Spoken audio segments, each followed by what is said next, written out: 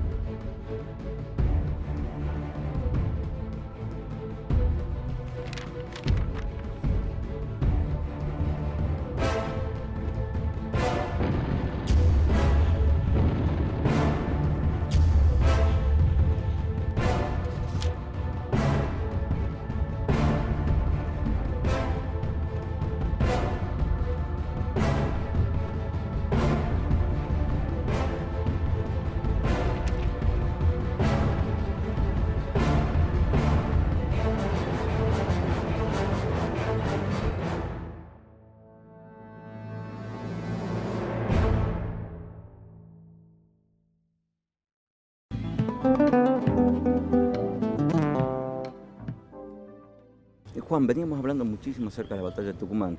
Sé que son muchas las preguntas, pero las anécdotas son extensas porque la batalla fue extensa y bastante tediosa. Así es. A ver, seguime contando un poco más de esto. Bien, teníamos entonces a Pío Tristán, que en realidad él llegó el 23 de septiembre, a la madrugada del 23 de septiembre a Tucumán, y se esperaba que en cualquier momento atacara. Entonces Belgrano, como habíamos dicho en su momento, sale con su ejército a esperarlo. ¿Dónde? A lo largo de la avenida Sarmiento aproximadamente, frente al acceso norte, esperando de que él descienda desde Los Nogales, que aparezca por el norte. Bueno, evidentemente todo el 23 no apareció. ¿Qué pasó? Decidió acampar en Los Nogales.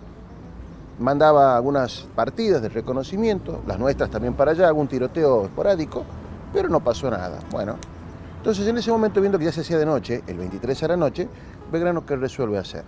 Todo su ejército mandarlo a descansar un poco a la Plaza Independencia, que era donde era el centro, el cuartel general del ejército. Pero esa noche evidentemente nadie pegó un ojo, nadie pudo descansar, nadie pudo dormir. Eso de las 2 de la mañana los hizo incorporar nuevamente a todo su ejército y salir, porque esperaba que al despuntar el alba lo tuviera Tristán avanzando nuevamente por el norte.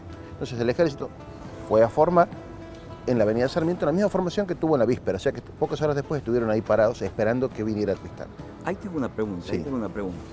Una vez que Belgrano sabía que tenía que presentar batalla, ¿cuál, específicamente, si bien sabemos cuál fue el desenlace de la batalla, cuál fue la estrategia? ¿Qué es lo que habló con sus oficiales en momentos previos a la batalla? Básicamente, ¿en qué consistía la estrategia de Belgrano? Salía en salir a pelearle en las afueras de la ciudad, muy pegado a la ciudad, teniendo la ciudad a sus espaldas como resguardo.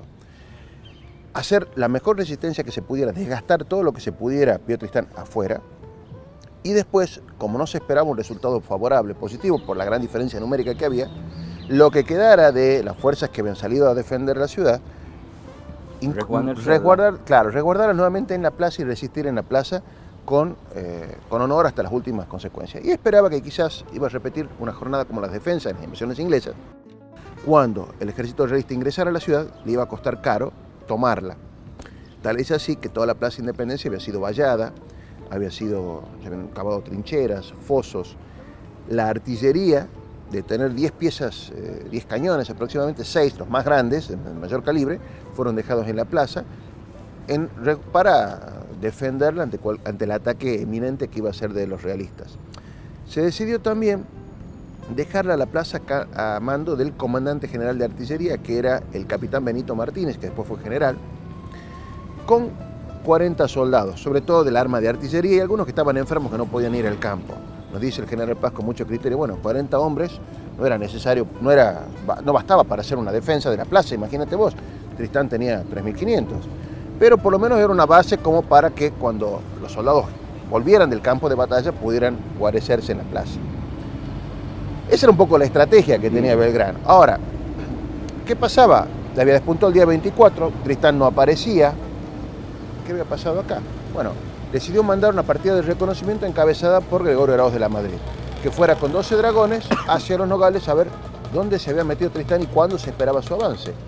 Eso fue a primerísima hora de la mañana del 24 de septiembre.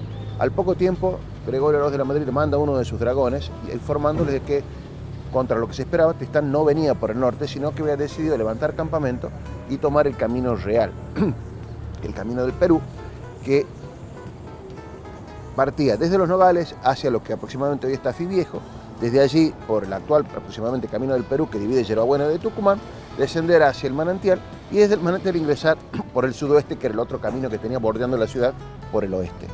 Entonces, Tristán daba todo un rodeo para atacar la ciudad por detrás. Pero, entonces, ¿cuál era el plan realista en todo esto? Antes de que me cuentes el plan realista, obviamente yo estimo que ninguno tenía reconocido el terreno, no lo habían elegido al campo de batalla. Por supuesto, Belgrano lo había reconocido todo lo que es el acceso norte, es decir, lo que es de la avenida Sarmiento hacia el norte, hacia la Ruta 9, hacia las Talitas, prácticamente todo eso que iba a ser el campo de batalla. Bueno, Belgrano ya lo tenía visto, lo tenía recorrido y sabía cómo lo iba a esperar a Tristán. Claro, pero no conocían la sinuosidad, las ventajas, las desventajas. Justamente sobre eso quiero que me cuentes un poco qué era el campo de la carrera, la dimensión, cómo está ubicado. Bueno, el campo de las carreras era un potrero bastante grande, bastante amplio, una especie de descampado que había al sudoeste de la antigua ciudad. ¿Qué era la ciudad de Tucumán en aquel momento, de San Miguel de Tucumán? Era lo que hoy es el microcentro aproximadamente. Todo lo que hoy, donde hoy estamos, sería una puntita donde recién empieza el campo de las carreras acá en la Plaza Belgrano. ¿Qué era la ciudad? Bueno, la ciudad llegaba hasta la avenida Salta, Jujuy, ¿sí? por el oeste. Hacia el norte llegaba hasta la calle Santiago. Todo lo que iba al norte de la Santiago ya era campo, era descampado, no había nada. Llegábamos hacia el oeste, hacia la avenida Sáenz Peña, Avellaneda, y hacia el sur, aproximadamente Las Piedras, General Paz. Eso era todo lo que era la ciudad, aproximadamente, o sea que es el casco histórico de la ciudad. El campo de las carreras, ¿qué era? Estaba al sudoeste, es decir, empezaba prácticamente acá en la Plaza Belgrano, es decir, aproximadamente en la calle La Rioja, hasta el oeste. Pudo haber llegado aproximadamente hasta la avenida Adolfo de la Vega, ¿sí? Pudo haber llegado hasta la avenida Roca o quizás hasta la avenida Independencia o Mateu, según, porque no era un cuadrado exacto, ¿sí? Y hacia el norte pudo haber llegado hasta la calle General Paz aproximadamente. O sea, era un potrero extenso. Pero no era solamente descampado, había mucho bosque también en los alrededores, mucha vegetación. ¿Cómo pudo haber sido toda esta zona en esa época? Bueno, conocemos todo lo que es el Instituto Miguelillo, la Facultad de Ciencias Naturales, que está allí. Ves que es una especie de selva que está encerrada. Sí. Bueno, eso más o menos era así la vegetación de San Miguel de Tucumán en los alrededores y en las inmediaciones del campo de las carreras. Mucha tipa, mucho lapacho, palo borracho, es decir, árboles típicos de acá muy frondosos y muy tupidos. O sea que había una arboleda bastante importante en los alrededores del campo de las carreras. Eso fue importante porque en primer lugar, pues imagínate, Belgrano, cuando se da cuenta que Tristán no venía por el norte, tiene que entrar nuevamente a la ciudad y salir para acá, para poder formar todas sus tropas, esperándolo a Tristán por el sudoeste. Los soldados tuvieron horas esperándolo a Tristán, porque este trayecto desde la avenida Sarmiento hasta acá te puede demorar ¿cuánto? Una hora con toda la furia, media hora, ¿sí? Y ya lo tenés a toda la tropa formada. Tristán tiene que dar una semejante vuelta y eso lo va a llevar varias horas. Es decir que a los soldados los tenía que tener en refresco, descansados, con sombra. Entonces las arboledas hicieron un servicio bastante importante, mientras que los soldados de Tristán venían con todo el sol de septiembre, que a veces es importante, y sobre todo a las mañanas y al mediodía, duro en esa marcha incesante que tuvieron que hacer con ese rodeo para aparecer desde el manantial. Más la época y la hora que calculamos que comenzó la batalla, 2 de la tarde. 2 de la tarde, esa hora fue muy pesado. Importante. Entonces, el tema de la arboleda fue fundamental. Y sobre todo fue fundamental para ocultar la caballería. Que eso fue una maniobra extraordinaria. Es decir, Tristán no sabía que Belgrano tenía caballería gaucha. Es decir, él pensaba que Belgrano tenía escuadrones escuálidos, que eran los dragones del Perú, con los cuales ya estaba acostumbrado a tirotearse con su vanguardia, o sea... Ahí está, es importante lo que me estás contando, porque si bien sabemos cómo formó Belgrano, exacto, pero no sabemos cómo realmente estaba compuesto el ejército de Belgrano. De acuerdo. Eso, si querés, lo explicamos enseguida, ¿te parece? Dale, perfecto. Bueno. Juan, recién veníamos charlando de cómo era la disposición física del campo de las carreras, cuáles eran los espacios delimitados en el potrero donde se corrían carreras cuadreras, por eso el nombre. Pero antes de hablar específicamente de cómo formó Belgrano y cómo utilizó ese espacio, me ibas a comentar cómo estaba conformado el ejército. Bien. Y te voy a hacer una acotación antes de entrar a ese tema, ya que hablaste del campo de las carreras. ¿Por qué era campo de las carreras? Vos bien lo decís, ahí se hacían carreras cuadreras. En esa época, Tucumán habrá tenido entre 4.000 y 5.000 habitantes, a lo sumo. No había lugar de espectáculos públicos, no había estadio de fútbol, el fútbol no existía acá en Tucumán. No había tampoco como si lo tenía Buenos Aires, por ejemplo, una plaza de toros, ¿sí? Que era un espectáculo público que en esa época en la colonia se estilaba. Tampoco había teatro, no había ningún lugar de esparcimiento público. El único lugar de esparcimiento público, tampoco había hipódromo, ¿no? Era venir acá a ver las carreras que se hacían algunos días festivos. Si hubo corridas de toros, capaz que fueron acá, pero muy rudimentarias, quizás en algún corral en la zona de acá. Pero no hay constancias, no nos ha llegado hasta nosotros. Entonces era un poco el lugar de esparcimiento público y donde se hacían las grandes espectáculos o actos, es decir, la procesión de la Virgen de la Merced se hacía acá, porque era un lugar descampado donde se podía casualmente convocar a la gente para poder hacer ese acto de piedad, esa procesión. Así que ese era un poco el campo de las carreras. Pero volviendo a tu pregunta, el tema del ejército. Belgrano tenía compuesto su ejército de la siguiente manera. La caballería, básicamente formada por los antiguos húsares que se tornaron en dragones del Perú.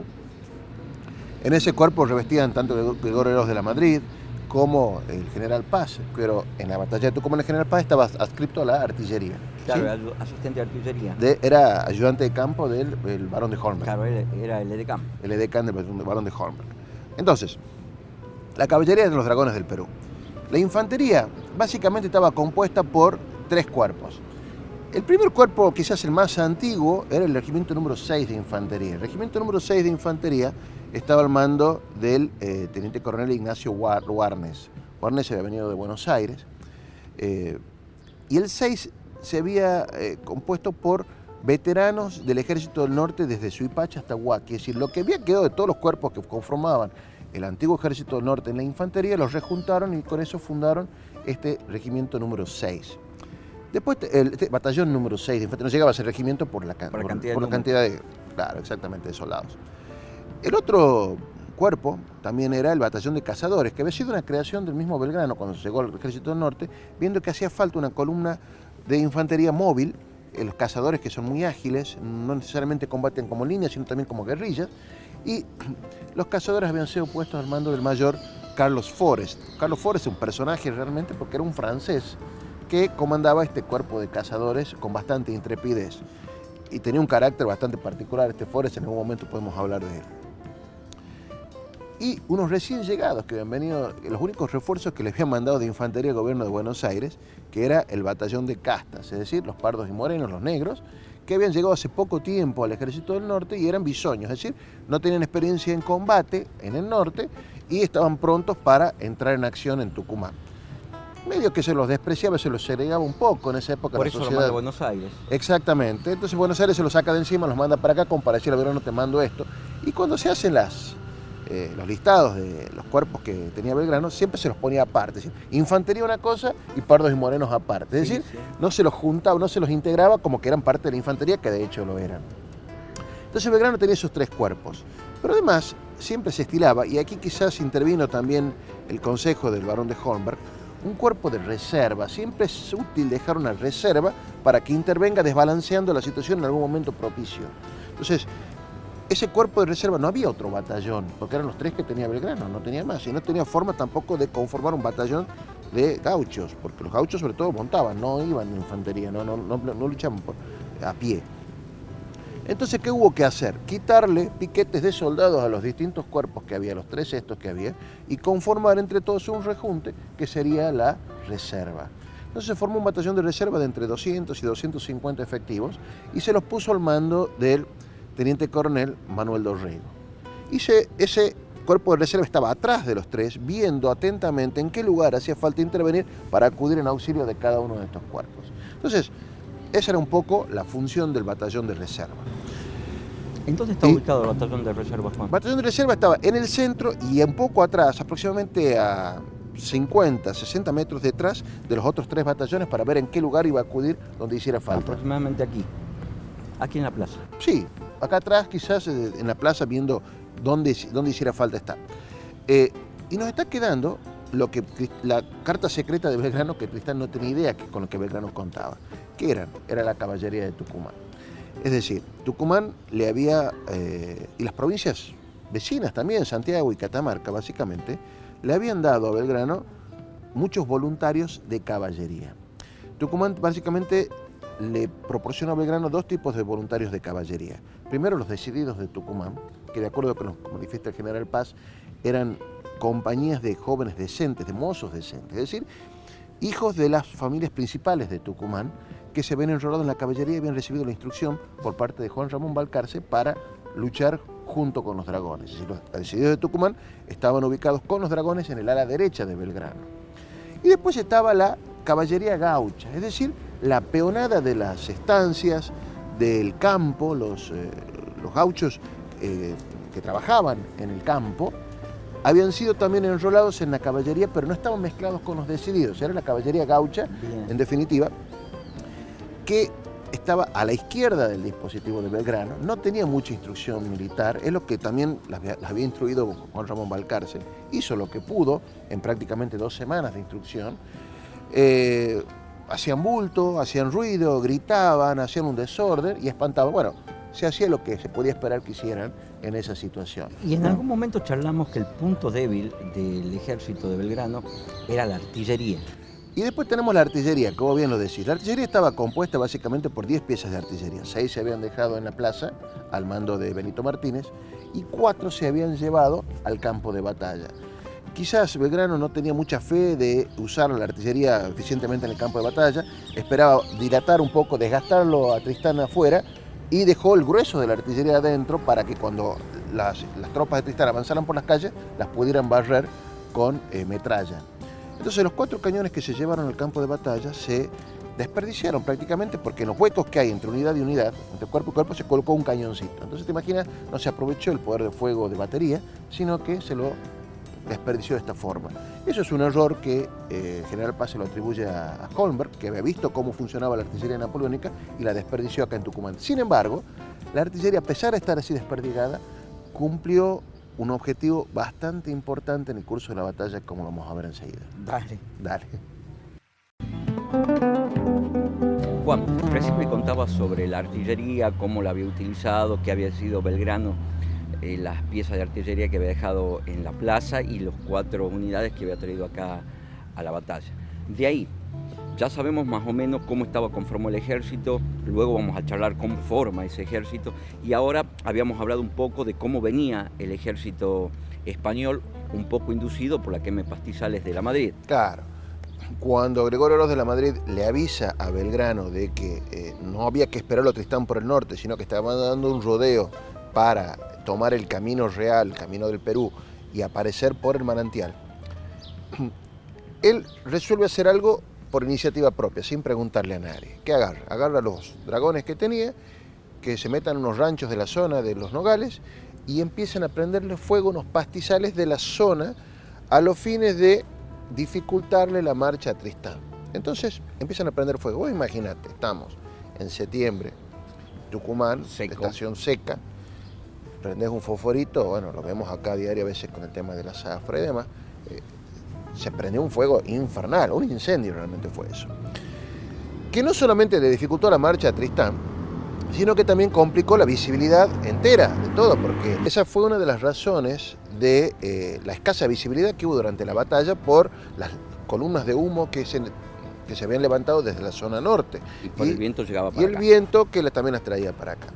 Entonces, si bien es cierto, el humo más fue lo que le complicó la vida a todo el mundo, y no le complicó tampoco la marcha a Tristán, porque en definitiva igual siguieron avanzando y llegaron. Tal es así que la batalla tuvo lugar acá porque Tristán llegó. Habrá demorado un poco. Entonces, ¿pero cuál fue el efecto del fuego, del incendio en definitiva? modificar el plan de Tristán. ¿El plan de Tristán en qué consistía? El plan de Tristán consistía en rodearlo completamente a Belgrano. Es decir, en primer lugar, dejar una división en el norte, en los Nogales, para amenazar o hacerle creer a Belgrano que iba a atacar por el norte. Mientras tanto, hacer ese gran rodeo por el sur y aparecerle acá en el campo de las Carreras y ocupar desde la avenida Roca hasta acá para sitiar a la ciudad. Y mientras tanto había destacado, dicen García Camba, que había destacado una unidad de granaderos importante, una hermosa unidad, dice, para que fuera, vos fíjate que esto no solamente lo relatan los realistas, no lo narran los patriotas, salvo Vicente Fidel López. Dice que una unidad la destacó por el este, es decir, salió por lo que es Las Talitas, cruzaron el río Salí, ¿sí? Llegaron hasta donde hoy es la banda del río Salí, y la idea de ellos era llegar hasta Mancopa. Mancopa era la primera posta antes de llegar a Tucumán, yendo hacia Santiago del Estero. Ocupar así y cortar el camino de Santiago. Entonces, de esa forma tenían la ciudad prácticamente sitiada. El este, el norte y el sur. La única vía de escape que le quedaba a Belgrano, naturalmente, era ¿cuál? El oeste. El oeste. ¿Y qué hay en el oeste? Los cerros. El cerro, la selva de Yungas, no tenía de dónde escapar. Es decir, que ese era realmente un plan extraordinario el que había ideado Tristán. Ahora, eso le fracasó. ¿Por qué? En primer lugar, ese incendio que generó la Madrid, hizo que las unidades que supuestamente iban a estar ocupando el norte no estuvieran allí. Es decir, por el incendio tuvieron que moverse y seguir al resto del ejército. Por lo tanto, quedaba abierta la vía del norte. Y fue providencial para Belgrano porque si esas unidades quedaban allí, la Madrid le tenía que haber informado, miren, acá se está yendo una parte y otra parte que está quedando acá. Hubiera tenido que dejar parte del ejército resguardando el norte por las dudas se metieran por ese lado los realistas. Entonces, gracias a ese incendio quizás le jugó a favor a Belgrano de que todo el ejército realista lo tuvo que esperar aquí y no tuvo que dividir sus fuerzas, lo cual fue dentro de todo una desgracia con suerte. Y creo que es poco probable también que Belgrano haya podido ver el movimiento ese debido a claro, entonces Belgrano no había manera de que él pudiera divisar qué estaba pasando del lado de los Nogales, primero por la distancia, segundo por el humo de este incendio que había generado el mismo Gregorio Arauz de la Madrid, y en tercer lugar por la selva de Yungas tucumanas, que si hoy uno se va hacia el lado del cerro, nota que es una selva tupida. En esa época, saliendo de la ciudad apenas ya tenés todas esas selvas, tenés todos esos árboles que dificultaban completamente la visión. No se sabía qué estaba haciendo Tristán del otro lado. Uno no la conoce ni lo ubica por lo que se urbanizó. Por lo que hoy está urbanizado, pero en esa época era todo campo, pero campo con bosques, ¿sí? Tucumán era una provincia boscosa, necesariamente. Entonces, no se pudo haber divisado lo que hacía Tristán. Entonces, Tristán empezó a desplazarse hacia el oeste y era un camino relativamente angosto. Entonces, el ejército tenía que desplazarse en fila india aproximadamente. No se podía desplazar tenía que ir en columna, no en fila, ¿no? Entonces, se dificultaba la marcha, porque tenía que ir la caballería, tenía que ir la artillería, el parque, la infantería. Entonces fue una marcha lenta. Muy lenta. Ahora, sabiendo de que Tristán vio que lo estaban observando, evidentemente, vio que alguien le había prendido fuego, entonces, ¿qué hizo? Al parque y a la artillería los hizo marchar a la derecha, es decir, para el lado del cerro, para evitar de que con golpe de mano las avanzadas de la Madrid capturaran el parque, las carretas, las provisiones, la artillería. Aprovechando la poca visibilidad, entonces podrían incursionar, claro, tomar y volver. Entonces era más fácil a la derecha de sus tropas que iban marchando para resguardarlas de cualquier tipo de golpe de mano audaz que pudieron haber tenido. Ya tenía la experiencia de lo audaces que eran los tucumanos, claro, con lo de Huici. Con lo de Huici. Entonces no quería correr el riesgo de que eso ocurriera nuevamente. Entonces de esa manera fue que Tristán, varias horas después, estuvo apareciendo por aquí. Y uno de las grandes críticas que se le hace a Tristán, y sobre todo las críticas se las hacen los mismos realistas. Hay dos realistas que hablaron sobre este tema. Uno es Mariano Torrente, un cronista español, y el otro es Andrés García Camba. García Camba era un general realista que estuvo en América, estuvo en el Perú, pero no participó de la batalla de Tucumán. Estuvo varios años después y tuvo la oportunidad de entrevistarse con veteranos realistas que participaron en la batalla de Tucumán y de consultar los archivos del Virreinato del Perú. Nos da una visión bastante interesante de cómo los realistas vieron la batalla de Tucumán. Y él carga las tintas y la responsabilidad de la batalla de Tucumán en dos personas. En primer lugar, en Huici, porque dice que Huici, al ser muy arrojado, muy intrépido, no me dio consecuencias. Él subestimó mucho a los patriotas. Entonces ellos dicen que el problema fue de subestimación de Belgrano de la capacidad de reacción de los patriotas, en un territorio donde era muy hostil a ellos. Y por otro lado también, la responsabilidad sobre Tristán la cargan muy mucho. ¿Por qué? Porque dicen que se cortó solo, no siguió las instrucciones de Goyeneche, que si hubiera sido Goyeneche el que estaba allí, hubiera mandado muchas más tropas, todos tratando de salvaguardar un poco el nombre y el honor de Goyeneche. La verdad que muy interesante, Juan. Nunca me imaginé que había una historia y una crítica muy grande hacia Pío Tristán y la decisión de avanzar sobre Tucumán en la forma que lo hizo. Exacto, pero esa crítica, fíjate, es bastante injusta con Pío Tristán por varias razones. ¿Cuál es fundamentalmente es la idea de estos realistas? Salvaguardar el nombre de Goyeneche. Tristán y Goyeneche eran primos. Tristán seguía las instrucciones de Goyeneche al pie de la letra. Pero ¿cuál es el tema? Goyeneche había sido héroe de guerra, había sido el conde de Huaki, es decir, trataron de salvarle su prestigio a costa de ¿quién? Del caído en la batalla de Tucumán, que era Pío Tristán. Me imagino que es una historia interesante para charlar. Dale, pero si querés la charlamos después, ¿te parece? Dale.